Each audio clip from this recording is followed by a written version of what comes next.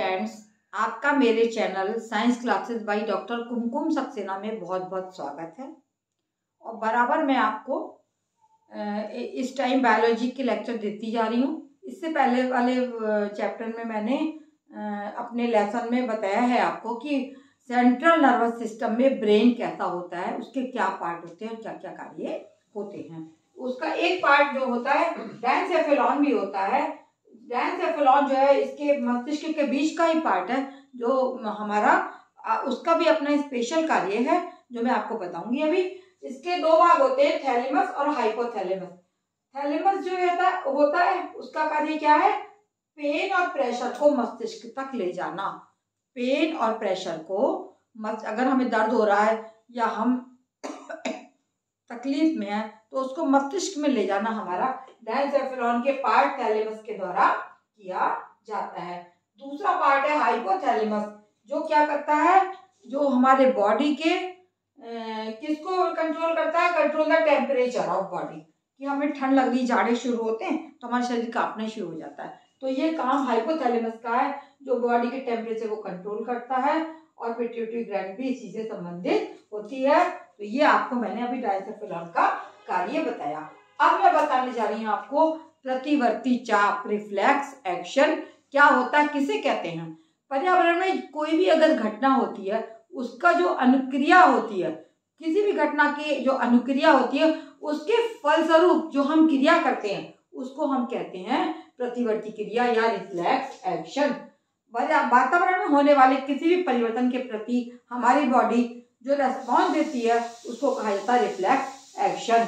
जैसे आपने देखा होगा कि अगर भूख लगती है तो अच्छा भोजन होता है तो एकदम पानी आ जाता है मुंह में, है ना। और अगर आग जल रही है, आग के आगे आप पहुंचोगे तो आप अपने आप पीछे को हट जाओगे। या आप कहीं घूमने जा रहे हैं, उधर गड्ढा है बहुत बड़ा, कोई खाई है, तो आपको कोई नहीं कहेगा, आप अपने आप, आपका ब्रेन आपको बोलेगा कि आप पीछे को हट जाइए वरना ये आपके लिए खतरा है। इसी तरीके से माना आप सड़क पे चले जा रहे हैं और कोई भैंस आ गई या कोई बड़ा और जानवर आ गया, हाथी आ गया, घोड़ा आ गया, तो आप क्या करते हैं? अपने आप को एकदम बचाते हैं।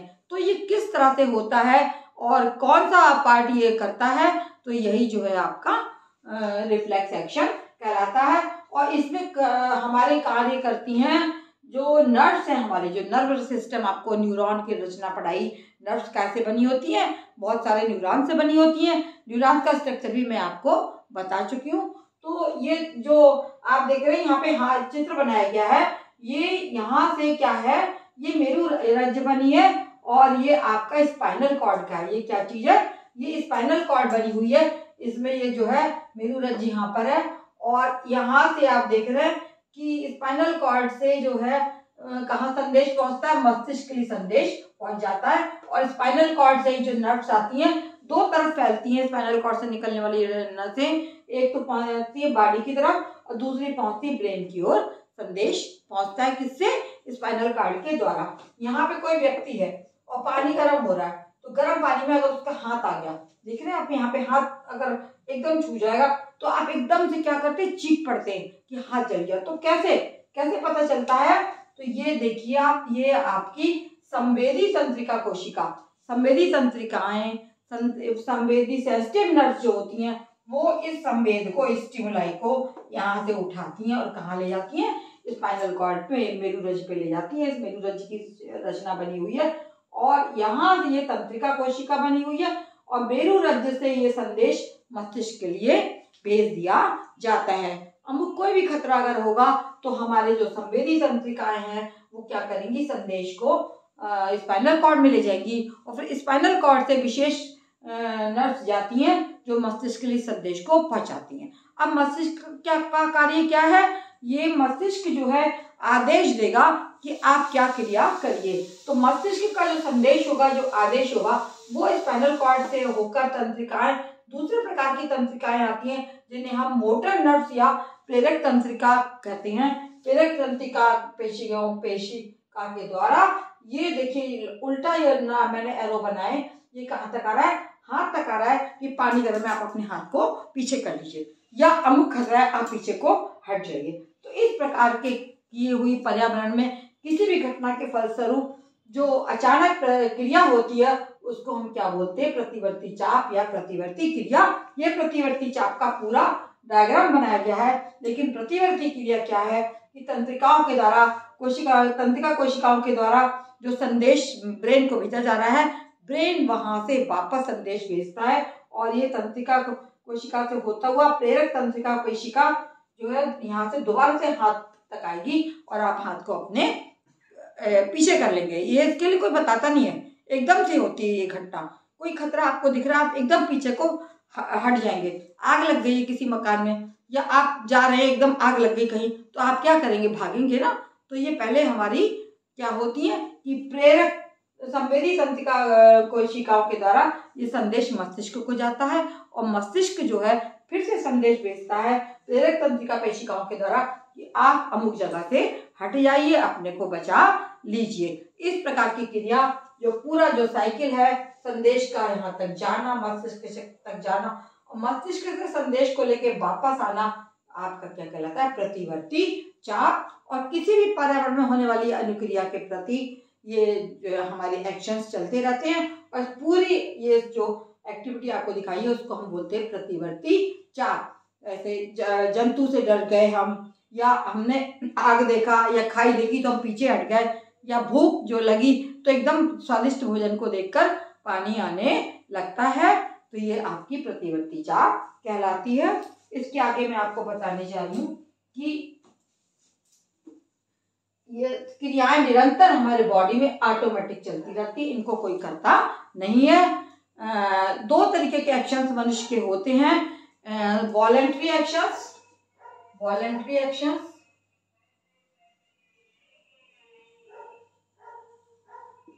किसको कहा जाता है, voluntary actions.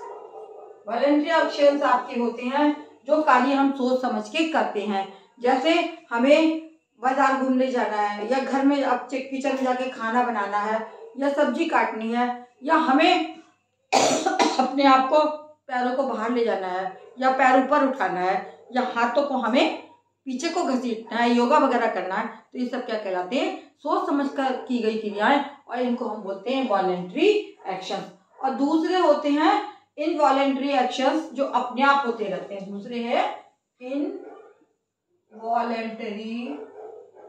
Actions.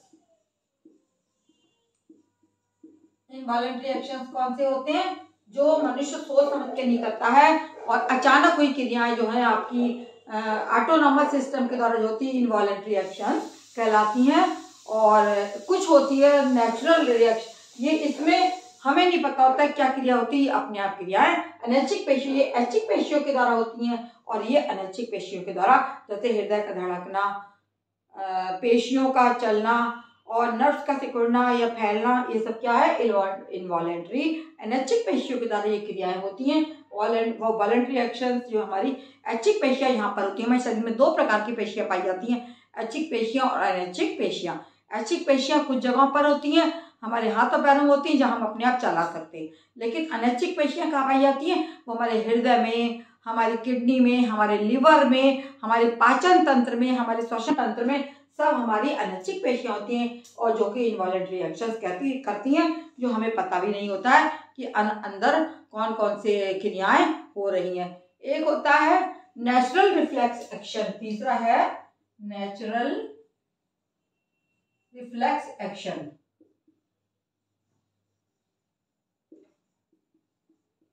Natural reflex action क्या होता है, नेचुरल रिफ्लेक्स एक्शन जो है वो आपका जैसे पलके झपकना, या आपको कफ पलके झपकनी, आपने पलके खोलना, पलके बंद करना, ये सब कफ आ जाता है, गले में कफ का आना, ये सब नेचुरल रिफ्लेक्शंस होते हैं जिनके ऊपर कोई कंट्रोल नहीं होता है। ये कहलाती है आपके नेचुरल रिफ्लेक्स एक्शन के ही ये सब चीजें हैं जो कार्य होते हैं। वॉलेंट्री एक्शंस, इनवॉलेंट्री एक्शंस और नेचुरल रिफ्लेक्स एक्शन, पलके झपकना, कफ आना, इस तरीके के जो कार्य होते हैं वो नेचुरल रिफ्लेक्शंस कहलाते हैं। दूसरा है कंडीशनल रिफ्लेक्स एक्शन, चौथा है कंडीशनल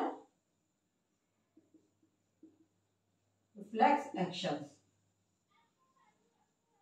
जैसे कंडीशनल क्या होता है, मिठाई देखे मुंह में पानी आना, मिठाई देखी और पानी आ गया, पानी आना, मुंह में पानी आ गया, क्योंकि हम मिठाई देख रहे हैं कि हमें बहुत अच्छी चीज सामने रखी है, या चाट देखी तो एकदम मन करेगा कि आपका हम खा लें, हमें अच्छा लगेगा, है ना। और बहुत से एक्शंस ऐसे होते हैं देख के हम करते हैं। हमें कोई सामान खरीदना है, हमें पसंद आ रहा है, बाजार में गए, उस सामान को हम लेकर आएंगे, और ये कहलाते हैं कंडीशनल रिफ्लेक्स एक्शन, जो मनुष्य देख के सोच समझ के करता है। और इस प्रकार से हमारे नर्वस सिस्टम भी दो होते हैं, ऑटोनॉमस नर्वस सिस्टम और आपके ऑटोनॉमस नर्वस सिस्टम में भी आपकी ऐच्छिक और अनैच्छिक क्रियाएं चलती हैं, हार्ट की रेट, या हमारे पलकों का झपकना आदि। और एक होता है पैरासिम्पैथेटिक नर्वस सिस्टम, जो कि बॉडी में अपने आप रीएस्टेब्लिश करता है।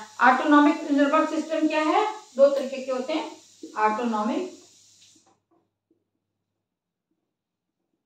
Nervous system,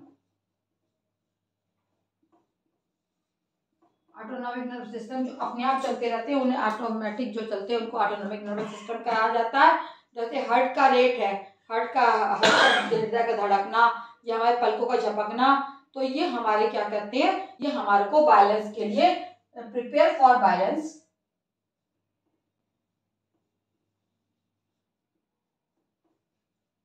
autonomic nervous system में। और दूसरा होता है parasympathetic nervous system, parasympathetic nervous system. इसका क्या कार्य होता है,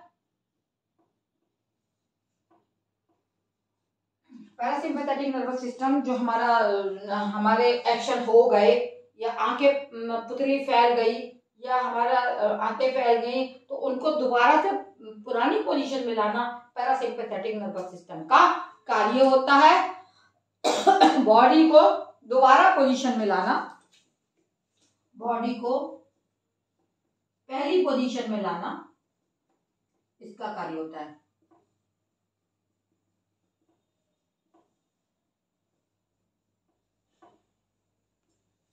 आंखें हमारी झपक रहे हैं हम, और झपकने के बाद में क्या होगा, हमको बाद में ओरिजिनल पोजीशन में भी तो आना है, तो वो करता है पैरासिम्पैथेटिक नर्वस सिस्टम।